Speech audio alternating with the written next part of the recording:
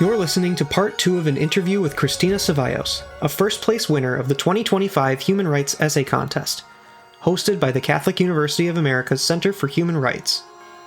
The interview is conducted by Dr. William Saunders, director of the Center for Human Rights. To listen to the rest of this interview, check the link in the description or go to humanrights.catholic.edu. So what's your third step? Third step is supporting organizations. Here we need to distinguish. They are both important. The ones advocating against CPP, helping people who are persecuted in China and other communist countries, but also the ones that are promoting Western values. So the government can give funds to these organizations to support them and to give assistance for the individual goals they have. So NGOs, civil society, they're all working, advocating for these people, or trying to get this message everywhere they can. Okay, so the U.S. should work with these democracy-promoting organizations and others. Okay, what's fourth step? Fourth step is action to diplomacy. So the U.S. is one of the countries that everyone wants to hear in international forums, and it has a great chance to speak about these issues in the UN, for example, and the Asia-Pacific Cooperation, where China is also part of.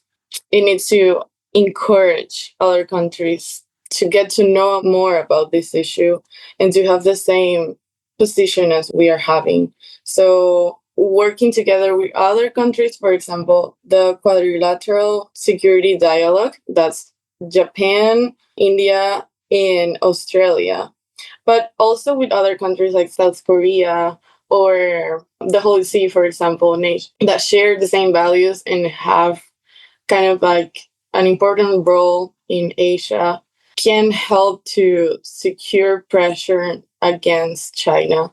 So raise the issue in an international fora, everyone we can find, make it a priority, and do it in conjunction with these kind of allies you mentioned. Yes.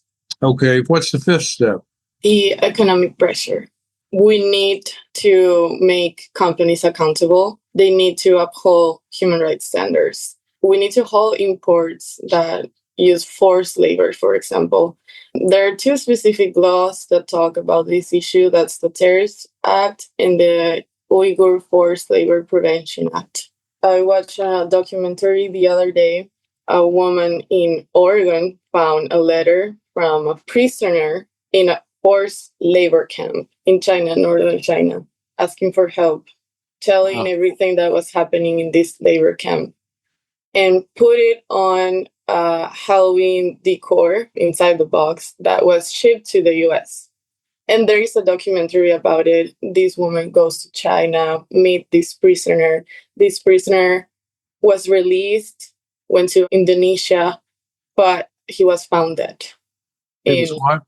Found dead, apparently for a health issue, but he knew he was being followed. My point is that we still consume things that are made in forced labor camps or with human rights violations on it. So we need to be aware of this. Okay, what's the sixth step? And the final step is engagement in public events from government officials. We have the data, we have information, we have testimonies that we can use for hearing conferences to highlight human rights violations in China. We can also keep inaugurating monuments and being present in remembrance ceremonies or doing something else in Memorial Days. For example, the Victims of Communism Memorial Day, that's November 7th. So we can use this chance to speak about this issue. So you have 6 steps you think together, if that was a coordinated strategy, an indirect approach is a more effective way to take on the Communist Party than a direct approach. Yes. We will post Cristina's essay on our webpage, which is humanrights.catholic.edu. The listener can go and read it in its kind of entirety and get some of the detail we left out.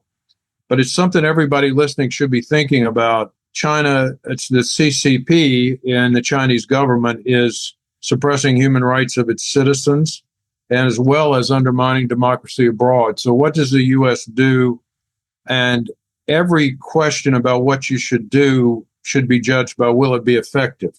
So this essay tries to conceptualize a way to be effective because the direct approach is thought to be unlikely to work, whereas an indirect approach, which is multi-fronts, could work.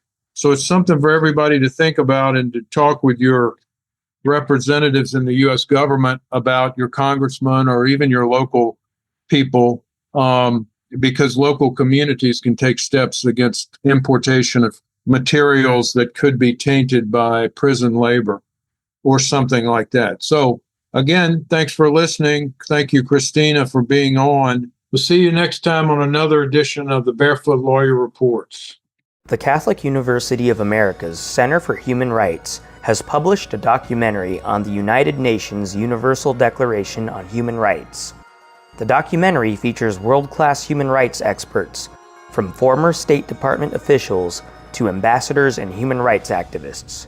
It can be found on our website at humanrights.catholic.edu.